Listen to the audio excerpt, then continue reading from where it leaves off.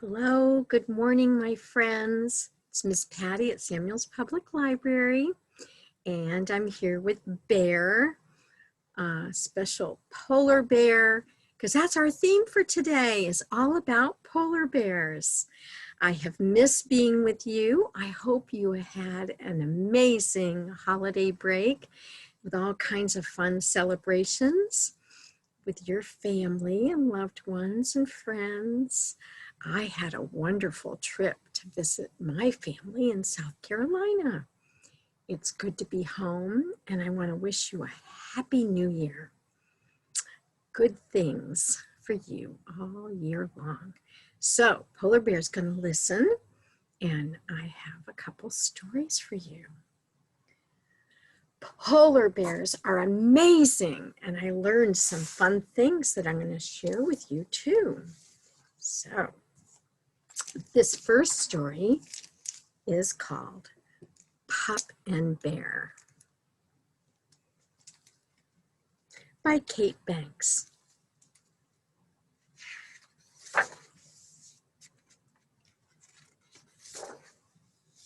Whoosh! When the great gray owl swooped down, screeching, woo-hoo, woo-hoo.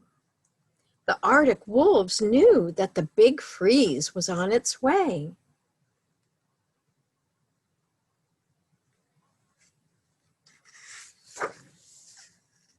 They took shelter in a snowdrift and they listened to the fierce wind holler and roar.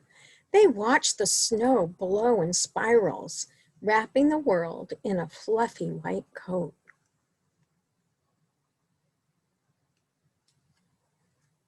We've already had a big snow and maybe we'll get another one soon. But then the wind's bitter cold breath turned warm and the sun appeared. The big melt came and one lone pup found itself on a sheet of ice, spinning out to sea. Oh dear.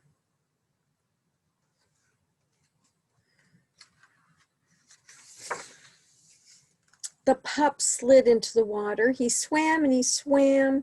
When he reached land, he burrowed into a snowbank. He was tired and he wanted his mother. The pup closed his eyes and fell asleep, listening to the throb of silence across the still landscape. Have you ever noticed that? How quiet it is after a big snow? Everything's so still and quiet.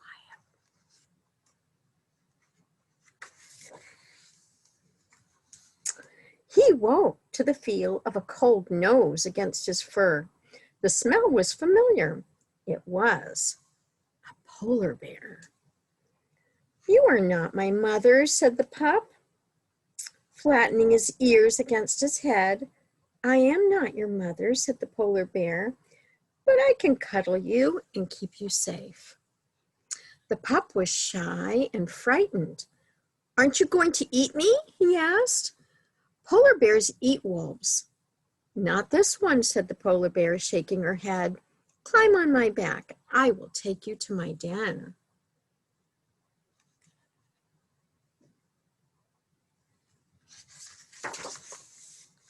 The pup stretched a paw forward cautiously.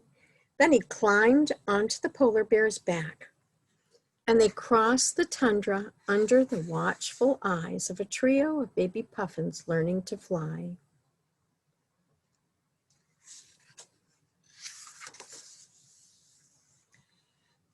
Back at the den, the polar bear licked and cleaned the pup.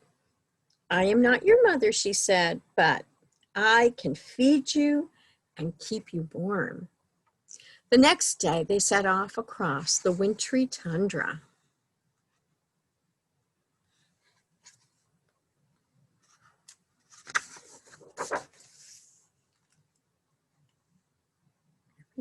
Who do we see? When they spotted a walrus with long, sharp tusks, the polar bear bellowed and chuffed. Is she protecting the baby wolf pup? I think so. Where are we going? Asked the pup as they neared the water.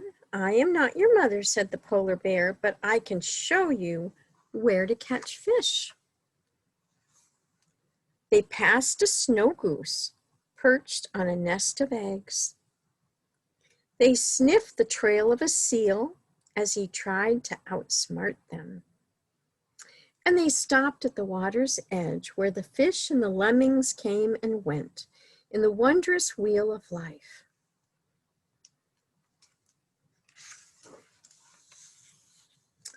The sun shone down on the crisp, crackling snow, and the polar bear rolled in a snowbank. Come on, she said to the pup. I'm not your mother, but I can play with you. But when the pup tugged too hard at the polar bear's fur, the bear growled.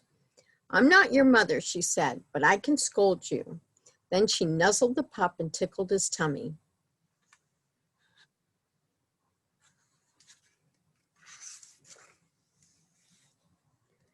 Tired at last, the pup curled up against the bear, and they napped, listening to the wind whimper and sigh like a lullaby. The earth turned round and round, and the big freeze came, followed by the big melt, until at last the polar bear nudged the wolf, who wasn't a pup any longer. I'm not your mother, she said, but I know it's time for you to go. She nuzzled the wolf one last time, and the wolf nuzzled her back. Then he walked out into the wide world.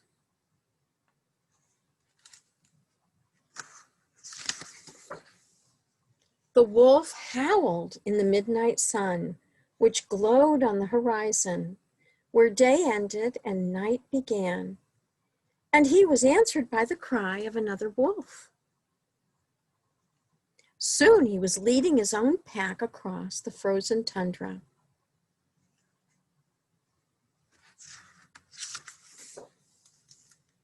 Then one day, the wolf came upon a polar bear cub, huddled in a snowdrift.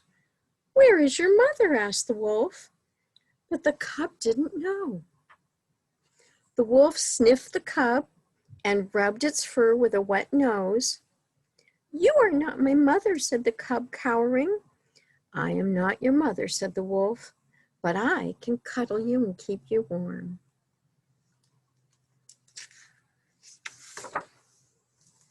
Aren't you going to eat me? Asked the cub. Wolves eat polar bears. Not this one, said the wolf, shaking its head. Climb onto my back and I will take you to my den. The polar bear clambered onto the wolf's back. I'm not your mother, said the wolf, but you can stay with me until you're big enough to be on your own.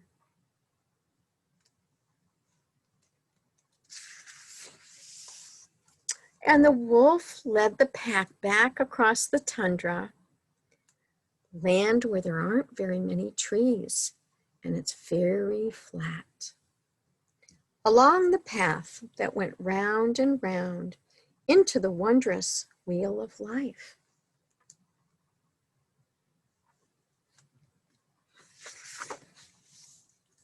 The end. I like that story. And you know, it happens sometimes that different animals will adopt a little stray and take care of that animal until it's able to survive on its own. I've heard many stories like that, and it's a wonderful thing, isn't it? Well, before we read our next story, I thought I'd show you a couple things that I learned about polar bears and show you an idea for polar bear craft. So there's a special way to make it 3D. You just fold paper and tape it, and it makes the polar bear kind of come alive. So you can do something like that yourself, or you can come in and get a craft like this. So we've been handing out this craft to our friends to make their very own 3D polar bear. Now, I wanted to share with you, I got so curious about polar bears, and I learned some very interesting things I didn't know before. Did you know that the polar bear is the biggest bear in the world? I didn't know that. The next biggest bear is the big brown bear or grizzly or Kodiak bear. And then there's the black bear, and we have some black bears in our world. And then the smallest bear is the Himalayan black bear. They do not live in America. They're over in another part of the world. So I thought that was interesting. And I found out that a polar bear's paws are, let me get my measure, they can be as big as there, that big. Can you imagine the paws being that big? That is big. There's a couple other things I thought you would like to know. Unlike the other land bears, the other fancy name for polar bear is Ursa maritimus, and that's another word for sea bear because they spend so much time swimming in the water. So they can swim over 100 miles and for hours and hours. And they can smell a seal a mile away. My nose doesn't work that good. How about yours? And there's a couple other things I thought I would show you about bears. Yep. So they are the largest bears, and they live in the Arctic, far north. And do you know, I didn't know this, their skin is black and their fur is clear so that all the sun can get through their clear little fur and keep them warm. How about that? And they loved, seals are their favorite food. And they can eat 100 pounds of blubber in one meal. That's a lot of food, 100 pounds. And they have giant claws to help them with being able to dig into slippery ice. Their claws keep them from sliding. So those are just a few fun facts about polar bears that I enjoyed learning. So I want to read you my next story called Colt Paws Warm Heart by Madeline Floyd. I think you'll like it.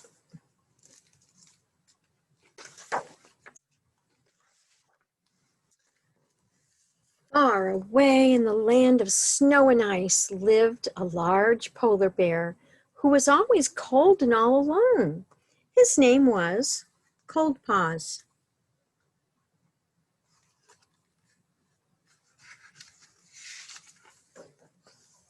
When he was young, Cold Paws tried to play with the other animals, but he was too big for their games and no one wanted to play with him. Maybe they were afraid of him, do you think? That's when he started to feel cold inside. Poor Cold Paws, he was very lonely. He sat alone and shivered. Time passed slowly for Cold Paws. The only thing that kept him company was a silver flute, which he played each day to forget his troubles. That's what music does sometimes, doesn't it? It cheers us up.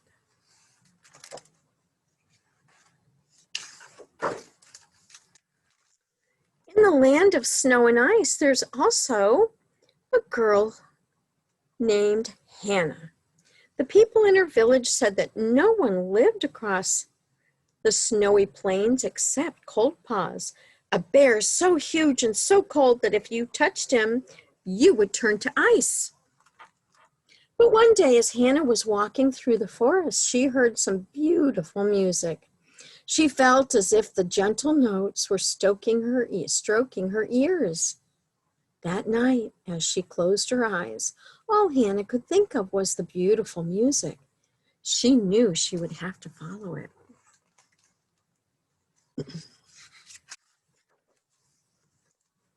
The next day, Hanna took the same path through the snow.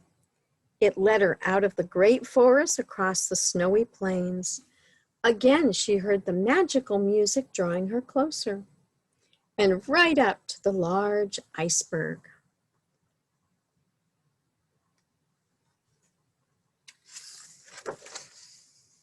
Hanna crept towards the iceberg and peered around the corner. Right there in front of her was a huge polar bear with a soft, gentle smile. He was playing a silver flute. Hanna could not believe her eyes. She crouched down out of sight and listened until the air fell silent around her. Brr! The polar bear shivered. His whole body shook and the snow beneath Hanna's boots trembled.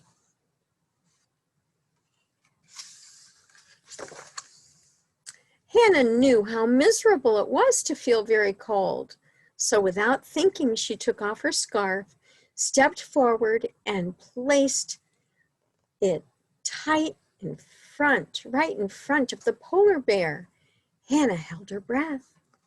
Very slowly, the polar bear picked up the red woolly scarf and tied it under his big furry chin. He nodded his large, heavy head. Hanna smiled.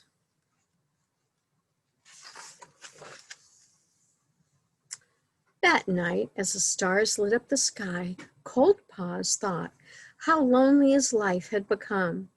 He pulled the red scarf closer around his neck, but he still felt cold inside. Brr, he shivered. Back in the village, on the other side of the forest, Hanna lay in her warm bed and thought about the cold polar bear.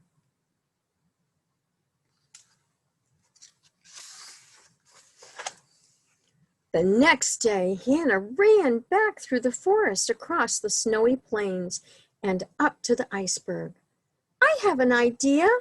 Let's do some jumping jacks to warm you up, she said.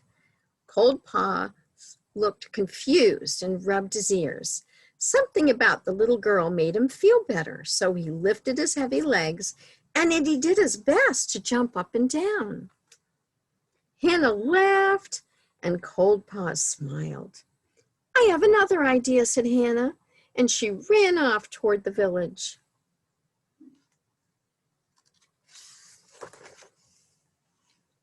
As Cold Paws waited for Hanna to return, the sunlight faded and the snow fell steadily through the silence. He blew on his polar bear paws. Cold Paws had never had such a special day, but he still felt a little cold inside. Brr, he shivered.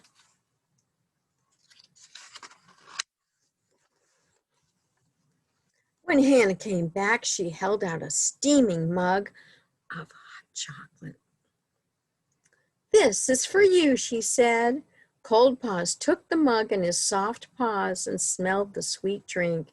He took a large gulp and licked the chocolate off his nose. He had never tasted anything so delicious, and now he felt only a tiny bit cold inside. Hanna's doing a good job of cheering him up, huh? I have to go home now, said Hanna. I don't know how to warm you up, but I'll be back to play with you every day. Hanna gave Cold Paws a very big hug, and as she did so, a wonderful thing happened. The cold feeling inside Cold Paws disappeared, and instead he felt a warm glow all over. Now that he had a friend, Cold Paws didn't feel cold anymore.